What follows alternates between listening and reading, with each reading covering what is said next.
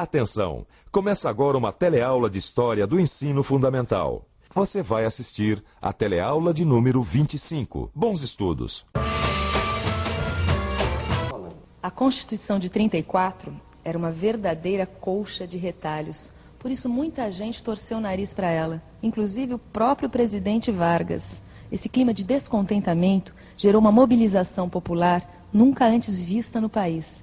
Tinha gente conservadora que achava que os constituintes tinham ido longe demais. Já outras pessoas achavam que a Constituição tinha ido longe de menos. O movimento integralista e o movimento comunista ganhavam força no Brasil. Os integralistas, com seus uniformes verde escuro, pregavam as ideias fascistas que vinham da Europa. Eles formaram a Aliança Integralista Brasileira. Os comunistas, com suas bandeiras vermelhas, seguiam as ideias do comunismo implantado na ex-União Soviética em 1917. Eles ajudaram na criação de um movimento antifascista, formado também por setores democráticos e populares. Fascismo e comunismo, apesar de serem ideologias que pertencem a campos políticos extremos, elas têm alguma coisa muito em comum. Elas combateram, desde a sua origem, um mesmo inimigo: o Estado liberal, as ideias liberais, que de uma certa maneira foram responsáveis pela eclosão da Primeira Guerra Mundial e por aqueles milhares de mortos que se espalhavam por toda a Europa.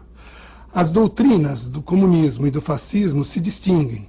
A doutrina do comunismo, muito embora combata o liberalismo e o Estado liberal, ela pretende acabar com as classes sociais da sociedade capitalista, impondo uma ditadura de tipo de partido único, cujo objetivo principal é o fim da propriedade privada e da propriedade individual do capital. No caso do fascismo, a pretensão é diferente.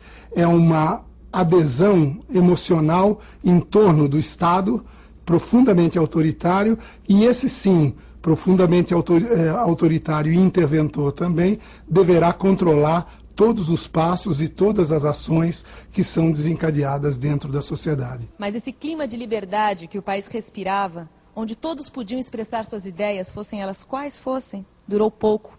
Em julho de 1935, a Aliança Nacional Libertadora foi colocada na ilegalidade. Para o governo, a aliança era subversiva. Ele achava que a Aliança Nacional Libertadora colocava em risco a ordem do país. Foi então que começaram as perseguições políticas. Mas o que será que os membros da aliança acharam dessas perseguições? Como será que eles reagiram? A gente sabe que os comunistas faziam parte da Aliança Nacional Libertadora, certo? Pois foram eles, os comunistas, que tentaram reagir à ilegalidade imposta pelo governo Vargas. Em novembro de 1935, sob a liderança do ex-tenentista Luiz Carlos Prestes, foi organizado um levante em Natal, Recife e Rio de Janeiro. Foi a chamada Intentona Comunista. Só que Prestes não imaginava que tinha, na verdade, tão poucos aliados dentro das Forças Armadas. Assim, rapidamente, o movimento foi derrotado pelo governo. A repressão que se seguiu foi violentíssima e provocou uma reação. Um pensamento anticomunista que duraria muito tempo no Brasil. E depois, hein? Como é que ficou, hein? Ficou que, apoiado nesse discurso anticomunista e no pavor da invasão vermelha, o governo solicitou ao Congresso, em 1936, que decretasse o estado de sítio e, logo depois, o estado de guerra. Ah, mas espera aí, os comunistas iam mesmo invadir o Brasil? É claro que não tinha invasão comunista nenhuma sendo planejada, mas este era o pretexto encontrado por Getúlio para conseguir cada vez mais poderes. E assim, aí dentro dos salões deste palácio, o presidente Vargas foi preparando o golpe de Estado de 37. O pretexto para o golpe veio com o tal Plano Cohen, que os militares apresentaram ao país como sendo um plano dos comunistas para derrubar o governo.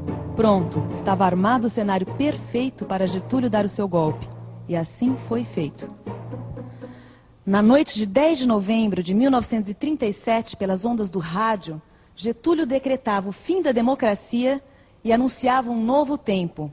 Estava decretado o Estado Novo. Quando as competições políticas ameaçam degenerar em guerra civil, é sinal de que o regime constitucional perdeu o seu valor prático subsistindo apenas uma abstração. Quer dizer, foi com esse discurso que ele decretou a ditadura, né? Exatamente. Então como é que ficou? Como é que ficou?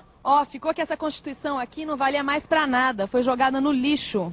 Os partidos políticos foram extintos e apenas duas forças passaram a dominar o cenário político: Getúlio e o Exército.